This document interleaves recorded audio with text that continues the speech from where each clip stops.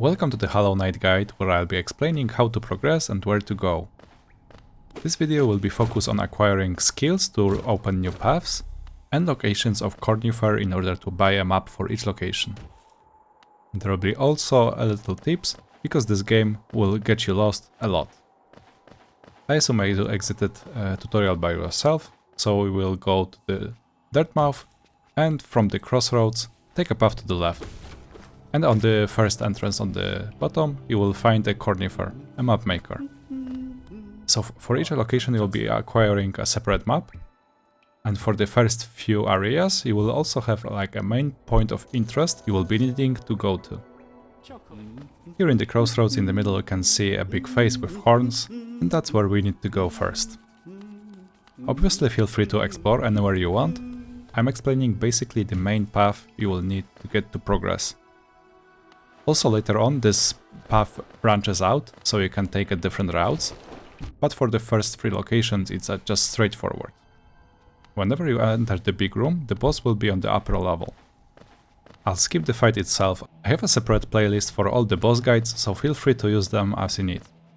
As soon as you finish the boss, remember to pick up the item that's on the ground, City Crest. You will need that later. Then on the next room in the left, also go on the upper level and you will find a Snail Shaman that will give you a spell. This spell is needed to be used on the enemy that is blocking our path to the Greenpath. He is located on the left side of a big tall room. As soon as you enter Greenpath, the only way forward is left. Whenever you enter the second room, go upwards and you will find a bench. Hornet will very often show the correct way forward, but most of the time you will not be able to follow her directly, since we don't have such a mobility. Currently we cannot jump that far, so we need to go all the way around.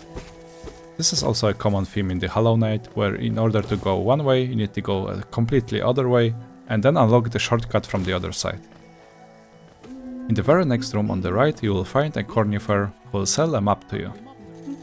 As you can see, our next point of interest is in the top left corner. And also what you see is the only possible way forward. So the main path is follow the rooms you can see here. Whenever we reach the top part of Greenpath, you will not be able to go left, you need to go right, then up and all the way around, so you can unlock the shortcut from the other side. As I said, it's a recurring theme. It forces you to explore more and actually don't rush the game. You can also find a bench and a stack very next to the boss room. And the boss we will be facing is Hornet. And reward for that fight will be Mothwing Cloak, that will allow us to dash. With it you can explore a big chunk of Greenpath, or even backtrack to the Crossroads and reach the areas that were inaccessible before. But if you want to progress further, go to the bottom part of the Greenpath and to the Fog Canyon. For this location you will not be able to acquire a map until very late in the game, so you just need to go through. From the first room, take the bottom right exit. And immediately you will have a sign that will lead us to the bench and the stack as well. It's a Queen Station, use the bench as a save point and we'll go to the top right exit of it. That will take us to the new location, Fungal Wastes. And here immediately you can see a loose pieces of paper.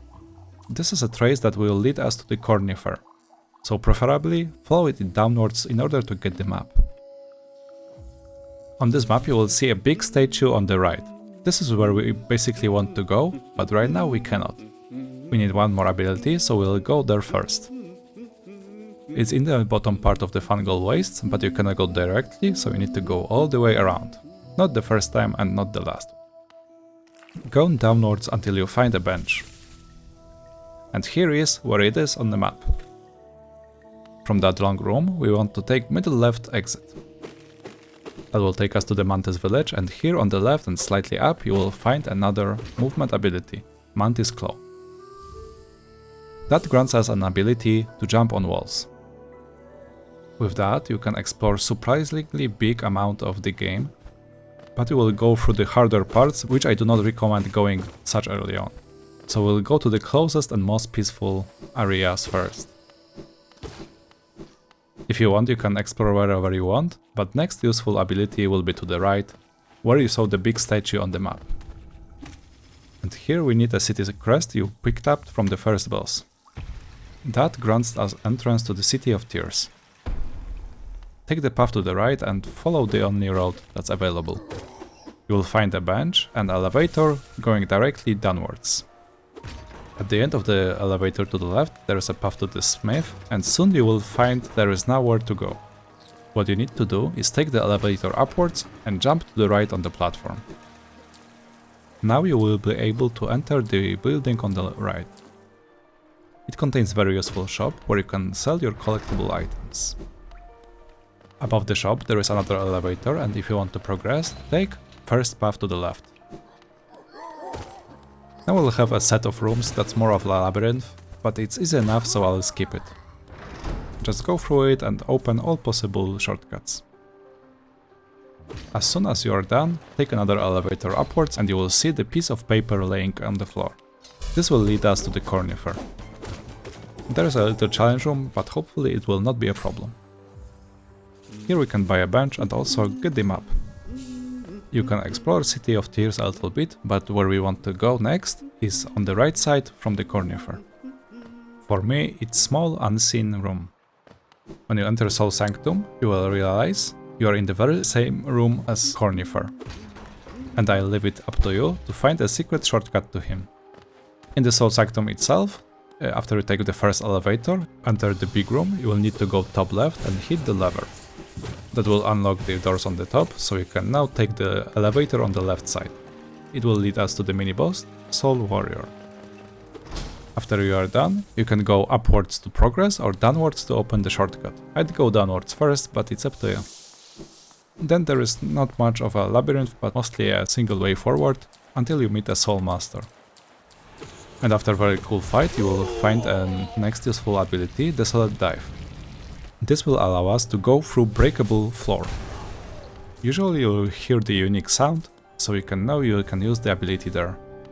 And I personally got lost here in the room below the boss, but what you need to do is find this breakable floor right next to this big statue. From that point you will find the exit easily. As a next path of progress, I advise you to go to the Crossroads to the top right path. Here you will find a big bridge that makes a sound you should know already. Use a Desolate Dive in order to break it. Go to the right and you will find a bench. Then go back to the previous room and to the top. Go upwards again, you can take the easy path to the left or a jumping puzzle in order to save a grab. You can always go back there, so grab can wait for it. In the very next room you will see a pieces of paper leading up to Cornifer. Take the bench that's blocked by Crystal Guardian. And where we want to go is to the right, but it's blocked, so we need to go up first. Also in that room I missed a collectible item, so I am telling you in advance so you won't do the same. It's clearly visible, but for some reason I missed it. Now once we progress, I want you to keep to the right side, also open the shortcut, just in case you will die. From that point you will have a platforming challenges, and at the end of it you will get another ability, Crystal Dash. The next path of progress is on the bottom right part of the Crystal Peak, but here we will be needing a lantern in order to see where we're going. Luckily there is a shortcut from Crystal Peaks to the Dirtmouth. Go back to the Crystal Peak and through the annoying section. You can even brute force your way in. In the next room you will have a choice of going down or to the right. Going right will give you a power up, and going down will progress the game. It's up to you if you want to go for a little challenge on the right. If you don't want to, you can leave a marker on the map and come back later. After you fall down, there is only path to the right, then you fall asleep and you wake up to this funniest character in the game. Or maybe second funnest, depends what you like. On the right you will have a stack and a bench. But Cornifer will not be here, you will need to buy a map in the Dirtmouth. Again, you can explore as much as you want, you can even backtrack, but an easy way forward will be at the bottom right of Resting Grounds. All you will need is a little bit energy for the Solid Dive, and you need to find a breakable floor. This time it will be at the top of the coffin. This is also a very cool place to explore, and once you're done, go to the left. Here you can explore further or take the lift downwards to the City of Tears. And this will be a right side of City of Tears that was inaccessible before. You will have a new stack here, and you can unlock the shortcut to the left side. After anything is unlocked, I go to the bottom part of the huge open area. You will have a slightly long path that has only one way forward, and at the end jump to the hole with light coming out of it. Going a little downwards, you will find a cornifer selling his map. On the left side you will see a bench, and further left from that you will have a boss and another movement ability. It will be a double jump. Now with it you can backtrack a lot, explore, and find even new areas. And once you are blocked again, you can come back to this video. As a next path, I suggest you to unlock the door that's in the floor of the City of Tears below the Lamb's shop. It will require a simple key, which you might have used in different places, but you will also be able to find 3 of them. One is in Dartmouth sold by Sly, another is in the building in the City of Tears, and another one was in the ancient Basin. So even if you wasted all of them, you still should have one. I mean, not necessarily wasted, there are as many keyholes as there are keys. As soon as you enter, go to the left until you find a bench sign. It's hidden behind a breakable floor. You will still not have a map, so jump upwards and go to the left. And going even more left will lead us to the challenge room with Cornifer on top of it. Now that you have a map, I advise you to go to the right and then top side of the Fungal Wastes. This will lead us to another boss that is vital to unlock a new path. After you defeat Dank Defender, go to the right and hit the big pipe. Also open the shortcut on the right, and below the platform in the middle there is a breakable floor, but there is no indication for that. So this is a little bit of awkward part. Now we have a new way open on the right bottom part of Fungal Wastes. Follow the path until you find the crystals, which is indication you need to use a crystal dash. Do not get scared, just fly through. Now there will be another series of platforming challenges, and at the end of it you will find Isma's Groove. With very important ability to repel the toxic water, so now you can swim everywhere. And with it you will only have one more ability to unlock in order to access every room of the Hollow Nest. So I'll lead you to this ability as soon as I can. Back in the City of Tears in the King's Station, you will see on the bottom right there is a path open. If you go there and swim underneath the wall, you will find a path forward. Go directly downwards and you will find a map. From that point go straight to the bench, so you will have at least one in that location. Next I go upwards to another bench, which I'll show you on the map in a minute. There is a sign indication that the bench is above, so it's above the breakable ceiling this time. From this point we'll go to the right and find Hornet again. We'll need to fight her in order to pass. At the end of the room you will find a King's Brand. You might have seen such a sign before, so if you want to go there on your own, feel free to do it, but I'll reveal a spoiler in 3, 2, 1. It's in the ancient basin at the bottom. Now in this place, you will go to the bottom again and then to the right. Probably you will know what needs to be done, but just in case, you go to the lighthouse and use the lever, then go down and crystal dash through the lake, and at the end you will find black scary liquid and take the bath in it. This gives us the last important ability to travel, Shade Cloak. It doesn't look like much, but we can now dash with invisibility, which is very important in fighting, but we can also travel through the black laser you've probably seen before. From this point I will show how to get the rest of the maps and how to access the DLCs. First one is for the Fog Canyon, and the fastest path should be from the Queen's Station. Go to the top left, and another room also top left, and then on the right. You will hear the Cornifer, spoiler, he is above you. Since we are in Fog Canyon, we can access a new location directly left to it. Go to the bottom tall room and to the left of it in the middle. This will lead us to the Queen's Garden. In the next room, go down and right. Here you will have a challenge room, and directly right to it you will find a trail leading up to the Cornifer. Now for another location, you will probably access it from the Mantis village. After fighting the Mantis lords, directly to the left path will be opened. It's a Deepnest and it can be accessed from two sides.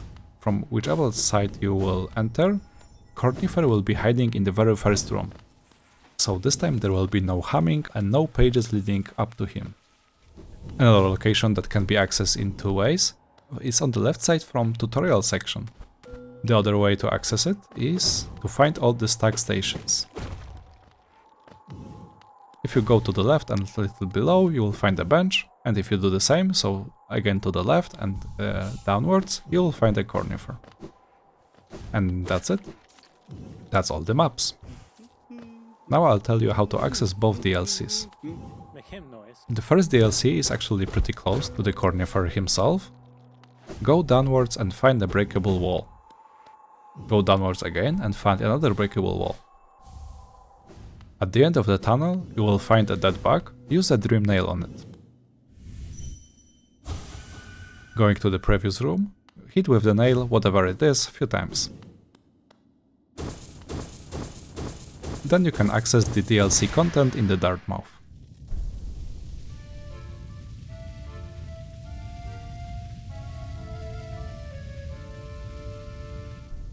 For the next DLC, go back to the Royal Waterways, and you will find another breakable wall, just below the bench.